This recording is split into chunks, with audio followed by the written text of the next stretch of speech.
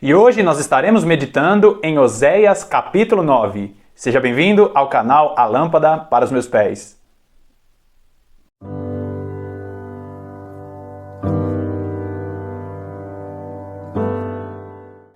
A minha sugestão é que você leia os 17 versículos deste capítulo 9 do profeta Oséias. Faça isso agora antes de começar o vídeo, para que você tenha uma melhor compreensão de tudo que eu vou falar aqui nesse vídeo.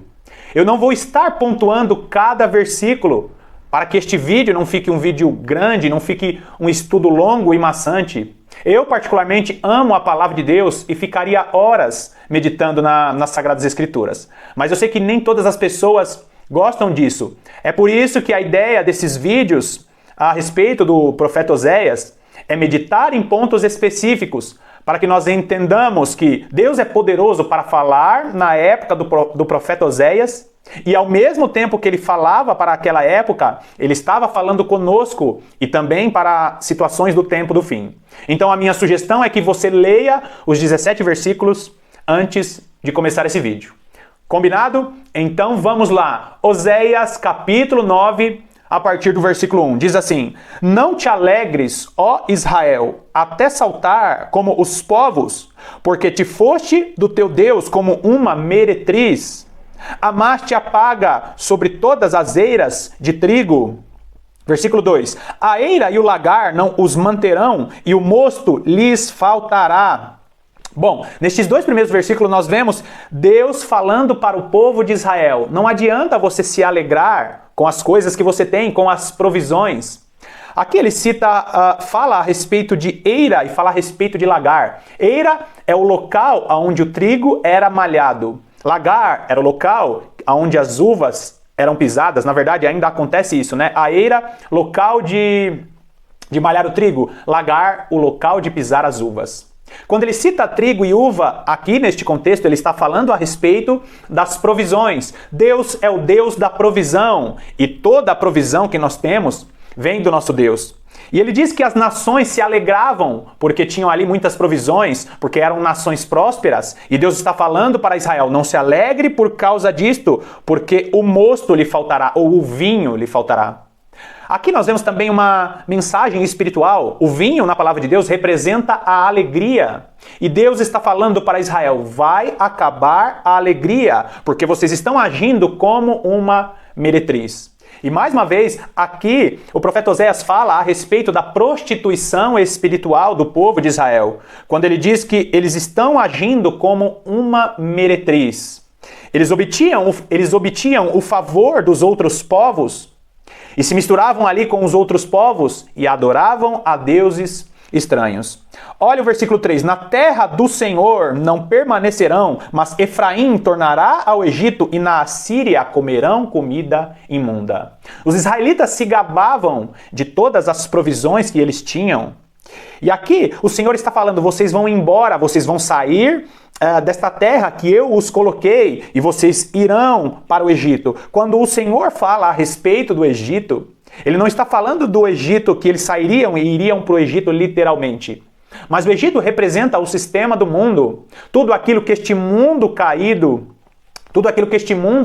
pratica. O Egito representa aquilo que os israelitas viviam na antiga aliança, que era a escravidão a respeito das coisas deste mundo. Eles passaram 430 anos sendo escravos no Egito. E aqui Deus está falando: vocês tornarão para o Egito, ou seja, vocês voltarão a ser escravos. E na Assíria comerão comida imunda. Então eles estavam se gabando por causa de suas provisões, por causa da pujança de seus alimentos. Mas Deus está falando: vocês irão para o cativeiro assírio e lá vocês comerão comida imunda. A escravidão espiritual faz referência ao Egito, e a escravidão literal que aconteceria com eles em relação à nação assíria era uma escravidão literal. Egito fala sobre escravidão espiritual, e a Assíria realmente aconteceu. Eles foram para o cativeiro assírio. Agora o versículo 5. Que fareis vós no dia da solenidade e no dia da festa do Senhor? Bom, Para as pessoas que não conhecem as profecias e não entendem a respeito das festas do Senhor, esse versículo 5 aqui é um versículo fechado. Por que eu falo isso? Quando o profeta usa a palavra solenidade, a palavrinha em hebraico aqui é a palavrinha moed, que significa tempos determinados. E as festas do Senhor, que é citada no final do versículo, está falando daquelas 7 festas, que eu já falei aqui algumas vezes a respeito das 7 festas do Senhor, que se inicia com a Páscoa e termina com a festa dos tabernáculos. Cada festa dessa representa um tempo determinado pelo próprio Deus. Como, por exemplo, a festa da Páscoa representa a morte, o sacrifício de Jesus, que ele é o Cordeiro Pascal. Na sequência, nós temos a festa dos pães asmos, que fala a respeito de que, porque Jesus morreu na cruz do Calvário, nós fomos libertos da escravidão do pecado. Asmos, pães sem fermento. Pecado é o fermento que nos aprisiona e Jesus Cristo nos libertou deste fermento. E termina ali com a festa dos tabernáculos, que fala a respeito do milênio, quando nós entraremos nos tabernáculos eternos e viveremos para sempre com o nosso Senhor. Agora, quando ele fala que fareis vós no dia da solenidade e no dia da festa do Senhor, ele está falando para mim e para você. O que você vai fazer quando as festas do Senhor, nestes tempos determinados, começarem a se cumprir? Ainda faltam 3 festas para acontecerem. Ainda não aconteceu profeticamente a festa das trombetas, ainda não aconteceu profeticamente a festa da expiação e ainda não aconteceu profeticamente a festa dos tabernáculos. Eu tenho vídeos aqui no canal e eu falo a respeito do significado de cada festa. Ele está dizendo o que você vai fazer quando chegar o tempo determinado dessas festas. Será que você está preparado para a festa das trombetas? Você está anunciando a palavra de Deus? Você está se preparando para pregar a palavra de Deus? O que você vai fazer no dia da expiação? Profeticamente, a festa da expiação representa a volta de Jesus, onde o pecado será expiado e nós viveremos ali segundo a redenção que o Senhor nos trará. É claro que Jesus Cristo nos trouxe a redenção na cruz do Calvário, mas isso acontecerá de uma maneira plena quando Ele voltar e os nossos corpos eles forem transformados. E isso que é corruptível se transformará em algo incorruptível. Então, nós vemos que as festas do Senhor representam tempos determinados. E aqui no versículo 5 ele fala: o que você vai fazer quando chegar o dia da solenidade, os dias da festa do Senhor? Você está preparado para este tempo? Tremendo, né? Vamos lá. Versículo 7. Chegaram os dias da visitação. Chegaram os dias da retribuição.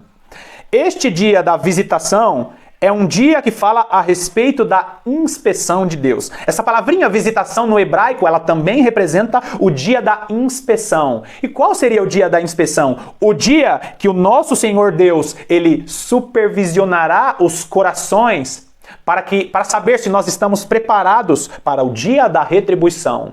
O dia da supervisão ou o dia da visitação foi a vinda do nosso Senhor Jesus Cristo e é o trabalho que o Espírito Santo faz em nosso coração para nos preparar para o dia do retorno do nosso Senhor. Então, ele fala, chegaram os dias da visitação. É uma mensagem para os nossos dias. Jesus Cristo está visitando todos os povos através da mensagem da sua palavra. Algumas pessoas recebem Jesus Cristo como Senhor e Salvador de suas vidas. Então, o Espírito Santo trabalha em nossos corações. Agora, ele fala, chegaram os dias da retribuição, mensagem de duplo cumprimento. O profeta Oséias está falando com a nação de Israel e de repente Deus vira a chave e fala sobre o dia da retribuição. E qual seria este dia da retribuição? É o dia da grande tribulação, o dia em que acontecerá a vingança do nosso Deus. Essa palavrinha retribuição, ela também significa o dia da vingança. E o dia da vingança foi profetizado por vários profetas. Profetas falando sobre o dia do Senhor. O dia que será o dia de alegria para aqueles que são servos do Senhor. E o dia que será um dia de muito lamento e de muita tristeza para aqueles que negaram a mensagem da salvação. O dia da retribuição está registrado e foi falado pelo nosso Senhor Jesus Cristo em Mateus e também em Lucas. Vai lá primeiro comigo em Lucas, capítulo 21. Nos versículos, Lucas 21, dos versículos 20 ao 24. Olha só o que diz. Lucas 21, dos versículos 20 ao 24. Mas quando virdes Jerusalém cercada de exércitos, sabei então que é chegada a sua desolação. Então os que estiverem na Judéia, fujam para os montes, e os que estiverem no meio da cidade, que saiam, e os que estiverem nos campos, que não entrem nela. Porque dias de vingança são estes, para que se cumpram todas as coisas que estão escritas. Mas, ai das grávidas, e das que criarem naqueles dias, porque haverá grande aflição na terra, e ira sobre este povo. E cairão a fio da espada, e para todas as nações serão levados cativos, e Jerusalém será pisada pelos gentios, até que os tempos dos gentios se completem. Então, o dia da retribuição fala a respeito de um juízo que virá sobre todo o mundo, e especificamente sobre a nação de Israel. Nós sabemos que Israel, os israelitas, os judeus, eles são sim o ponteiro do relógio de Deus. E muitas coisas que acontecem lá em nossos dias precisam nos deixar ligados a respeito do cumprimento da palavra de Deus. Nós vemos também o dia da retribuição ou o dia da vingança, registrado em Mateus no capítulo 24. Vai lá, Mateus 24, vamos ler apenas o versículo 21 e 22. Olha só o que diz. Versículo 21 e 22. Porque haverá então grande aflição, como nunca houve desde o princípio do mundo até agora, nem tampouco haverá jamais. E se aqueles dias não fossem abreviados, nenhuma carne se salvaria, mas por causa dos escolhidos serão abreviados aqueles dias. Então nós vemos aqui no capítulo 24, nos versículos 21 e 22, o próprio Jesus falando a respeito do dia da retribuição ou dia da vingança. Existem muitos pregadores que estão falando que isso somente acontecerá com o povo de Israel, que a igreja subirá antes. Mas este é um grande engano. A palavra de Deus nos guia e nos direciona para mostrar que a grande tribulação vai acontecer em todo o mundo. Nós sabemos que aquela região, do Oriente Médio ali, toda a região que está em torno de Israel, ali será o epicentro da grande tribulação. Mas nós precisamos estar atentos porque toda a igreja estará na grande tribulação, e é claro que este é um tema para um outro estudo. Agora vai lá comigo, versículo 8 diz: Efraim era vigia junto com o meu Deus, mas o profeta é como um laço de caçador de aves, e todos os seus caminhos, um inimigo na casa do seu Deus. Agora olha que interessante, vamos ler esse versículo 8 em uma outra versão. Olha só o que diz: o profeta é sentinela contra Efraim, ao lado de meu Deus, laço do passarinheiro em todos os seus caminhos, e inimizade na casa do seu Deus. Esse texto nos mostra como Deus enviou profetas para a nação de Israel e também para a nação de Judá, para falar que eles estavam errando e que eles estavam pecando e que eles precisavam voltar e se arrepender de seus pecados. E muitos profetas foram mortos. A nação de Israel, aliás, eu não sei se você lembra, mas eu falo sempre aqui da divisão do reino, Judá e Benjamim, que eram o reino do sul, e as outras 10 tribos estavam no reino do norte, nação de Israel. O profeta Oséias, ele fala mais para esta nação, para este reino de Israel, ou Efraim. E aqui nós vemos que quando o profeta Oséias ele fala que muitos profetas profetizaram contra Efraim, ele está falando dos 19 reis. Acreditem, 19 reis passaram pelo reino do norte e nenhum destes reis andaram com Deus. Muitos profetas foram usados tocando a trombeta, anunciando o juízo de Deus, não somente para Israel, mas para o final dos tempos. Então, na verdade, eles não poderiam reclamar de nada, porque Deus avisou através de seus servos. Agora, muito profundamente se corrompem, como nos dias de Gibeá, ele lembrar-se-á das suas injustiças, visitará os pecados deles. E aqui quando ele fala que eles estavam se corrompendo, como nos dias de Gibeá, ele está fazendo referência a um texto que está em Juízes, capítulo 19, dos versículos 1 ao 30. Lá fala a respeito do levita que acabou tomando uma concubina como a sua esposa, e tem todo ali um acontecimento. E no final, ela acaba traindo ele, ela acaba sendo lançada para a prostituição, sendo abusada, e ele corta, acreditem, este levita corta esta concubina em 12 pedaços e coloca um pedaço em cada ponto de Israel.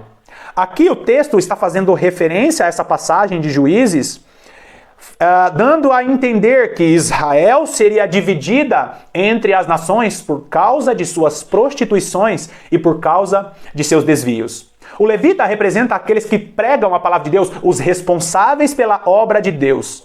E tanto aqueles que pregavam a palavra de Deus estavam se corrompendo, como a concubina, que aqui, como referência, como imagem, seria a própria nação de Israel. O levita, os responsáveis por pregar a mensagem, os responsáveis pela obra de Deus. E a concubina, a própria nação de Israel, estava se corrompendo.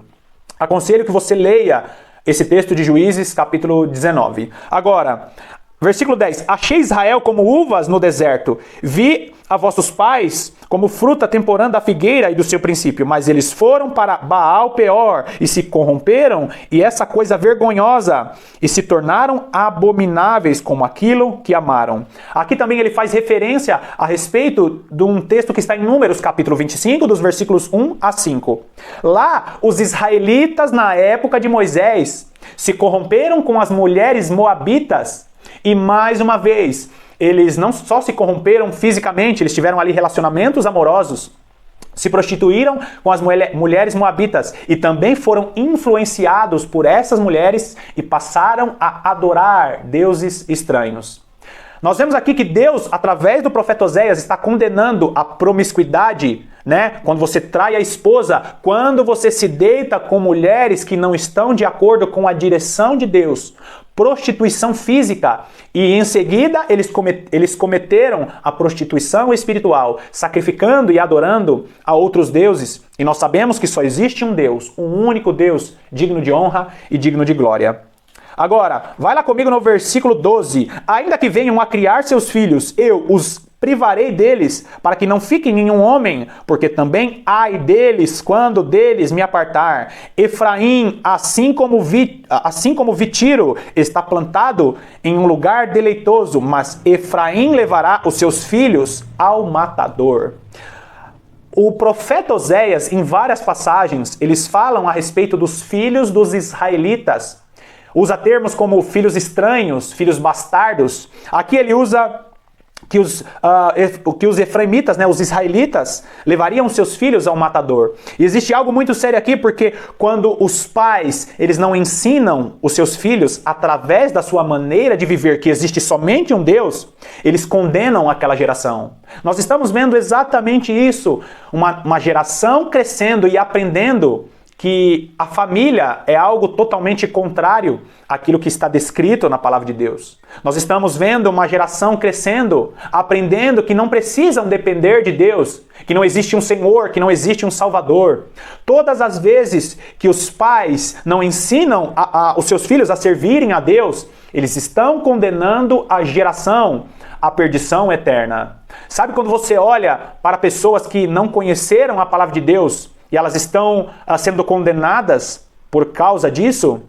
Nós percebemos que a geração passada falhou no ensino da palavra de Deus. Então ensine os seus filhos a andarem nos caminhos do Senhor, para que essa geração seja uma geração frutífera. Agora, versículo 15. Toda a malícia se acha em Gilgal, porque ali os aborreci. Por causa da maldade das suas obras, os lançarei fora de minha casa. Não os amarei mais. Todos os seus príncipes são rebeldes. Efraim foi ferido e secou-se a raiz. Aqui nós vemos que os israelitas do tribo do norte, o povo de Efraim, eles perderiam a sua identidade, porque eles iriam para o cativeiro assírio e ali seriam misturados entre os povos. E quando ele fala secou-se a sua raiz, é que eles perderiam a identidade, porque eles se misturariam com os povos e não seriam mais da linhagem de Davi. Aliás, antes do cativeiro assírio, o povo de Israel já estava se misturando, não só espiritualmente, mas fisicamente com outros povos. E quando ele diz, ainda que gerem, eu matarei os frutos desejáveis do seu ventre, está falando sobre todas as pessoas que morreriam e todas as pessoas que perderiam grandes revelações e ensinamentos do Senhor, porque eles estariam misturados com as nações. É como eu falei lá no começo do capítulo, né, que os israelitas comeriam comida estragada dos assírios. O alimento representa a palavra de Deus. E é por isso que eles já morreriam em seus ventres, porque eles não cresceriam, não nasceriam aprendendo os preceitos do Altíssimo. E aqui ele fala: o meu Deus os rejeitará, porque não o ouvem, e desocupados andarão entre as nações. Durante muito tempo, o povo de Israel, o povo de Efraim, eles andaram perdidos entre as nações. Foi daqui que surgiu o povo samaritano e deu origem ao plano de Deus para a salvação de nós, os gentios. Não esqueça disto, o ponto fundamental do estudo do profeta Oséias. Casa de Judá ficou de um lado e o reino de Israel com as 10 tribos ficaram de outro. O profeta Oséias está falando que a mistura das nações, dali sairia o povo gentio e eles estariam desocupados e andariam nessas nações. Foi aqui, através dessa mistura de nações, que iniciou a salvação de nós, os gentios. Bom, tem muita coisa para falar ainda deste capítulo 9, mas eu espero que eu tenha pelo menos te instigado, te motivado a continuar esse estudo maravilhoso. Que Deus te abençoe ricamente e eu te agradeço muito pela sua companhia.